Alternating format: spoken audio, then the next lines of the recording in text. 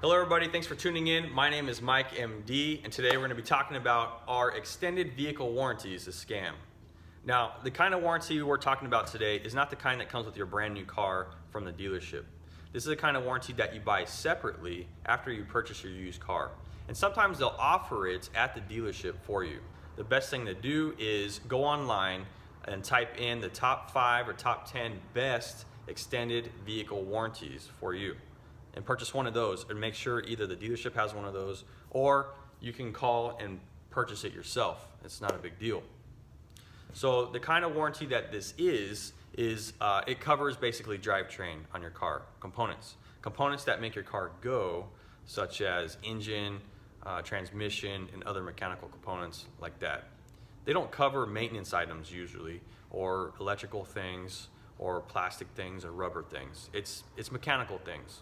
So there's a lot of these warranties out there. Like I said, you want to pick the best one, and don't buy the middle plan, the lower plan. Buy the best plan that they have for your car. This is very important because getting components covered under the warranty can be tricky for the auto repair shops. Now, these warranties are in the business of making money. They don't make money by giving out money. So they're going to be very tricky as far as you getting things covered. You don't have to worry about anything. It's the auto repair shop's job to handle all that in the back end, okay? And I've personally dealt with a bunch of them, and I know how it works. So they will do anything to deny a claim, even some of the really good warranties. The cheaper warranties, don't even bother. If you're not going to buy the best one, don't buy it at all, believe me. Now, what I mean by this is, let me give you an example. We have a customer that has a Mini Cooper. She brings the car in and the engine, it barely runs, okay? She blew her engine, right? It blew up. She ran it on no oil.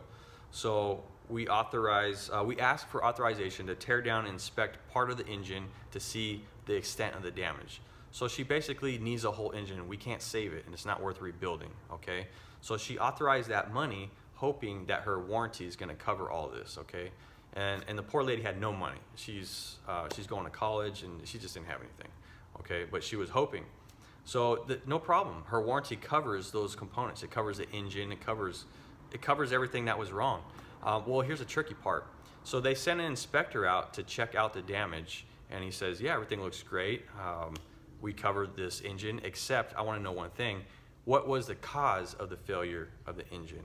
Okay, well, sir, it had a bad gasket which leaked out all the oil, and hence the engine, seized and blew up. He says, okay, that's great. Well, we cover the engine, but because we don't cover plastic and rubber components, and that gasket that failed was rubber, I'm sorry, we can't help you. We're going to deny the claim. So you can imagine when news got back to the customer, that makes us look bad, even though we have nothing to do with it. It was her warranty, and you can imagine the drama that followed that. So that's why it's very important to buy a very good warranty. And guys, even if you have the best warranty in the world and pay a ton of money for it, they will deny a claim if it shows neglect on your part. So if you haven't done an oil service on your car, or you're overdue, or there's other warning lights in the instrument cluster, or they see something of anything of neglect or outside influence, like you hit something, they'll deny the claim. So you need to make sure you do your part too, as far as servicing your vehicle regularly. Okay guys, bonus, check this out. So if I wasn't in the automotive industry, but I have the knowledge that I have to right now, what I would do is buy one of those warranties, and I would also get a credit card and save it just for my auto purchases and services. So basically I bring my car in, and I know my warranty's not going to cover everything because I need brakes, I need oil service too, and then so I have a credit card to cover that as well. I put the credit card away with my contract or whatever. I don't touch it, I pay it off, and then I bring it in the next time. Guys, again, thanks for tuning in. Listen to what I say and you will be fine. Go out there, have fun, happy motoring to you.